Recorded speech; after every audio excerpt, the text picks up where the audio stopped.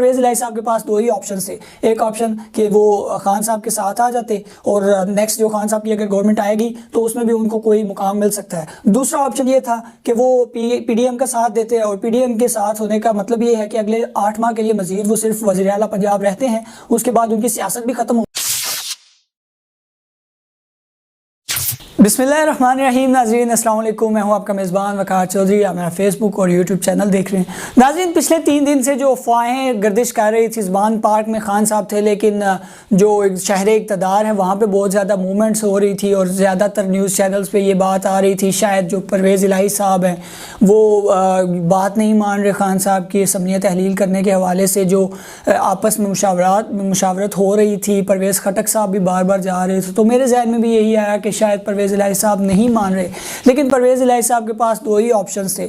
एक ऑप्शन कि वो खान साहब के साथ आ जाते और नेक्स्ट जो खान साहब की अगर गवर्नमेंट आएगी तो उसमें भी उनको कोई मुकाम मिल सकता है। दूसरा ऑप्शन ये था कि वो पीडीएम का साथ देते हैं, और पीडीएम के साथ होने का मतलब ये है कि अगले 8 माह के लिए मजीद वो सिर्फ वज़ीर आला पंजाब रहते हैं, उसके बाद उनकी सियासत भी ख़त्म हो सकती है, क्योंकि जो इनकी 10 सीटें उनमें से 75% सीटें पीटीआई की देन है कि उन्होंने वहाँ पे अपना नुमाइंदा खड़ा नहीं किया था।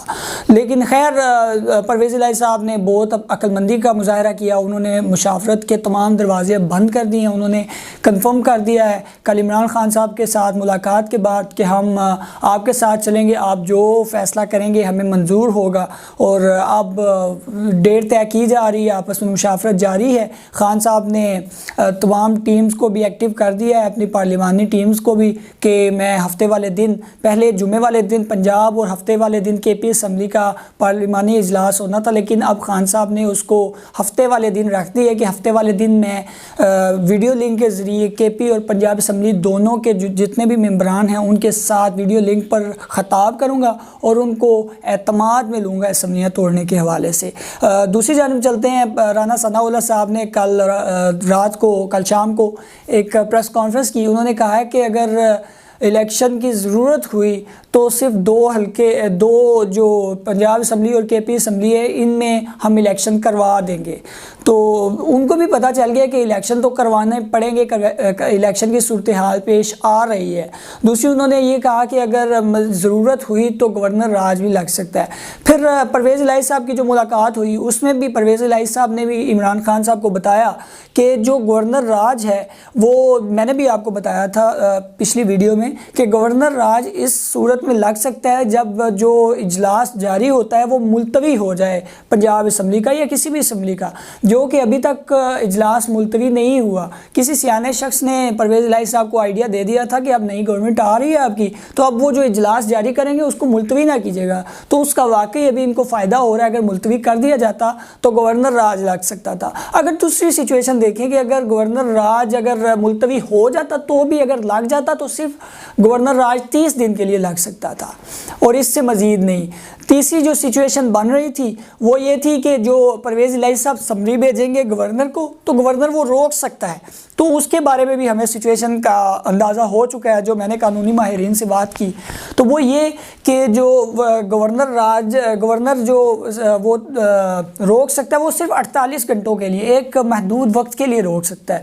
अगर 48 घंटों से ज़ायद वो रोकते हैं तो वो खुद बहुद जो कौमी असम्बली के स्पीकर और परवेज़ इलाही जो कि वज़ीर आला हैं उनके हक़ में चला जाएगा। वो जो चाहेंगे वही होगा।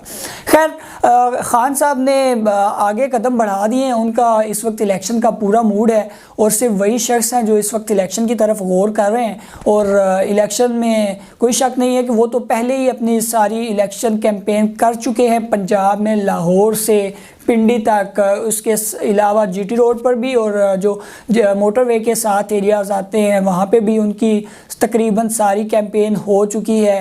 अब इमरान खान साहब ने जो गवर्नर इस्माइल साहब रहे हैं सिंध से और असद उमर साहब को की ज़िम्मेदारी लगा दी है कि वो सिंध में जो पीटीआई के असम्बली के सिंध असम्बली के मेंबरान हैं उनसे मुलाकात करें, उनको एतमाद में लें।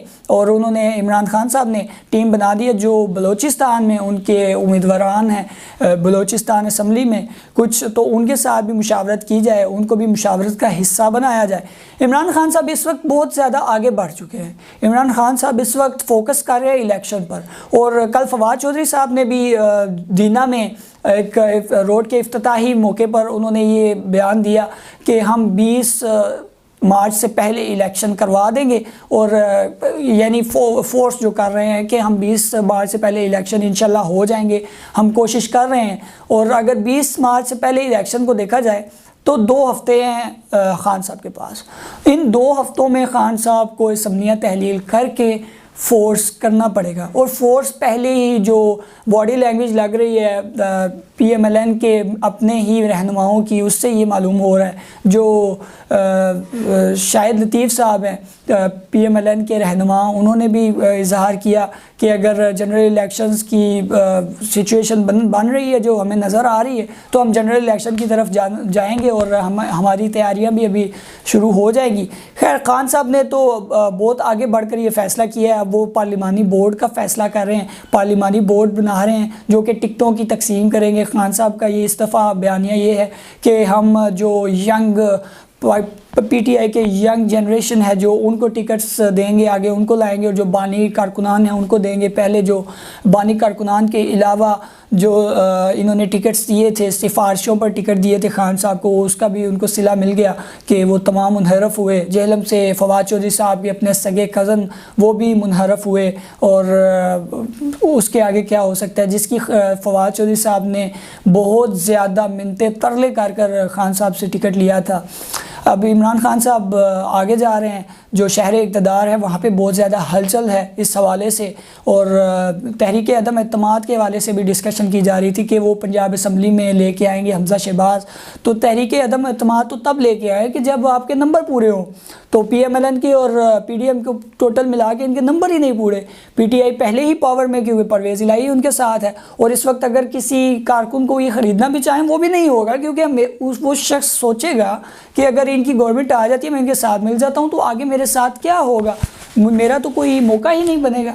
तो खैर, जो अदम एतमाद का वोट है वो भी नहीं हो सकेगा कामयाब। अगर वो करवा देते हैं तो नाकाम हो जाती है, तो ये इसका सारा जो बेनिफिट है वो इमरान खान साहब को होगा, उनकी सियासत को, इमरान खान साहब की सियासत को सबसे ज़्यादा बेनिफिट होगा, क्योंकि अदम एतमाद जो सिचुएशन नज़र आ रही है उसमें कामयाब होती बिल्कुल नज़र नहीं आ रही है। जो जहाँ पे जिन लोगों का ये सोचा जा सकता है कि शायद वहाँ पर कुछ पैसे की लेन देन हो सकती है सिंध में, तो वहाँ पर इमरान इस्माइल साहब और असद उमर साहब को खान साहब ने एक्टिव कर दिया है। वो एतमाद में ले रहे हैं वहाँ के तमाम PTI के कारकुनान को और मेंबरान ने कौमी असम्बली को इस तहलील के हवाले से, और कुछ माशी ख़बरें शामिल करते हैं मईशत के हवाले से।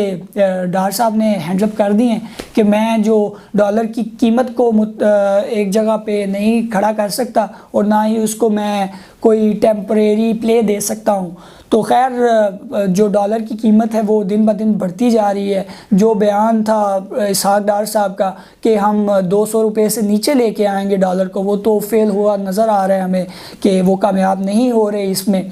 और दूसरी, पाकिस्तान में एक बहुत ही अफसोसनाक हादसा हुआ। तहरीक तालिबान पाकिस्तान के साथ ताल्लुकात मजबूत किए जा रहे थे कि वो ये काम छोड़ दें, जो दहशतगर्दी हो रही थी उसको छोड़ दें। खैर, लेकिन उन्होंने इस चीज़ का दोबारा आगाज़ कर दिया था। कुछ दिन पहले कुछ मीडिया चैनल्स पे भी ये रिपोर्ट हुआ था बाज़ाब्ता कि तहरीक तालिबान पाकिस्तान ने कार्रवाइयों का ऐलान किया है। और ख़ैर, उन्होंने कोयटा में एक बहुत ही बड़ा हमला किया है और वहाँ पे सीज़ फायर की खिलाफ वर्जी की है। वहाँ पे भी कुछ शहादतें हुई हैं, FCs के एहलकार और फ़ौज के कुछ एहलकार शहीद हुए हैं। और पाकिस्तान में जो इस वक्त इलेक्शन और मईशत और दूसरी जानिब जो अमन की सूरत हाल वो बिगड़ती हुई नज़र आ रही है। अल्लाह से दुआ यही है कि अल्लाह पाक पाकिस्तान को कामयाब करे, दिन ब दिन तरक्की अता करे, और पाकिस्तान के जो मुखालिफ और नफ़रत करने वाले हैं उनको अल्लाह पाक मौत अता करे। मैं दुआ करता हूँ। इंशाल्लाह अगली वीडियो में आपसे दोबारा मुलाकात होगी। तब तक के लिए अपना बहुत सारा ख्याल रखिएगा, अपने इस चैनल का भी। अल्लाह हाफिज़।